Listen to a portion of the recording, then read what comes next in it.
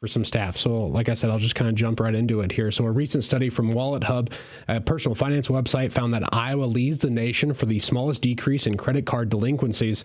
The company analyzed proprietary user data on consumer delinquency rates between the third quarter of 2022 and the third quarter of 2023 to create its rankings. That data found Iowa was the state where credit card delinquencies were increasing the least, with a actual 12.71% drop to 12.85% in Q3 of 2023. Iowa was the only state to actually see a decrease.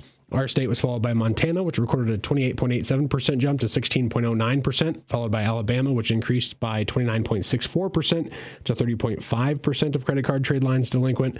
Oregon saw the most significant increase. It jumped 51.09% to 16.62% of accounts in delinquency. Wyoming took second with 49.7%, a rise that much to 18.12%. Then Alaska climbing nearly 50% to 15.56%.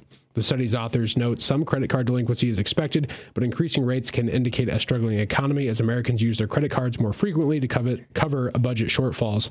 According to Wallet Hub, delinquent accounts can damage credit scores, especially long-standing delinquency. They encourage individuals struggling to make credit card payments to create a realistic budget, monitor spending, set up automatic payments, and communicate with creditors to avoid delinquency. You can read the full report that's included with this story on our website. And 2 Carroll Rec Center lifeguards will be recognized for their life-saving efforts during Monday's Carroll City Council meeting. Sophia Polking and Carter Sporer were the lifeguards on duty when an emergency occurred on December 20th last month. Director of Parks and Recreation Chad Tiemeyer says their quick thinking and actions saved a life that day.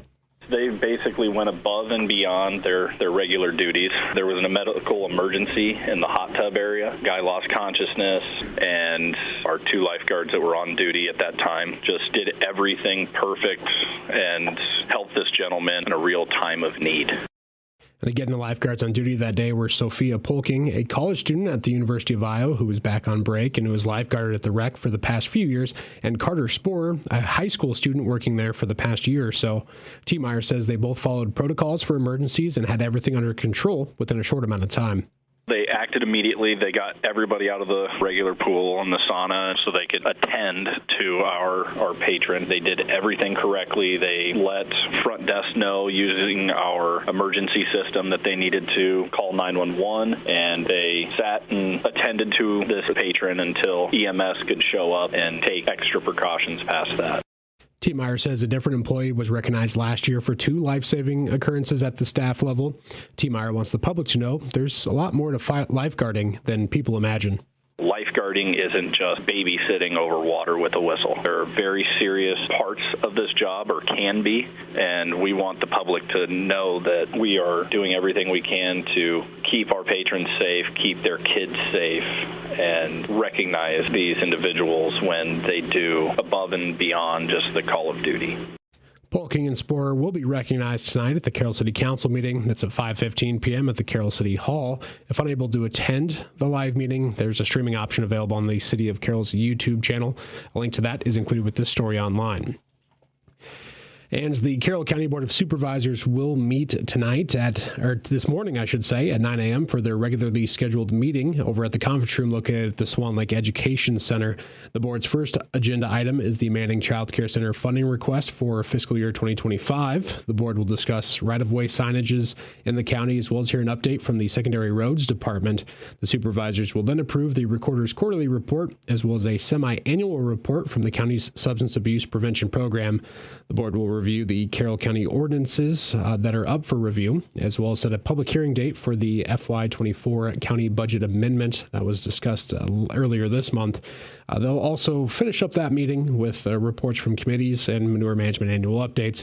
Of course, the proceedings are open to the public. The complete agenda is included with this story on our website.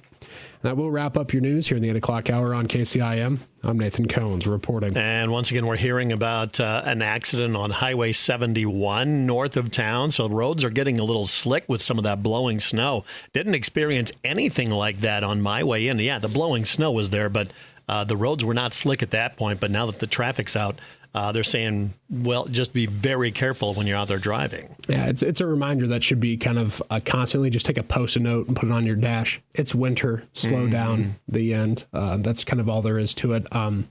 Even that little blowing snow across the road, that stuff can melt and refreeze in a matter of minutes. So it can go from being just a little bit of blowing snow to being very slick. Yeah, on top of that, I mean, I've only seen, I believe Audubon Community Schools has a 2-hour delay. I don't know if anyone else does off the top of my head without checking, but even things like that, just you get those rural routes, the county roads, even though they're paved, can easily become treacherous in a short amount of time.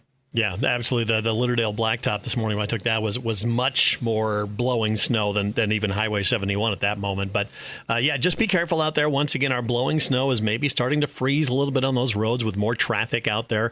Again, it's melting and then refreezing, causing some very slick conditions. Just be careful wherever you're going. And again, as Nathan mentioned, Audubon has that 2-hour late start this morning for their schools. That's the only school that has called in so far this morning.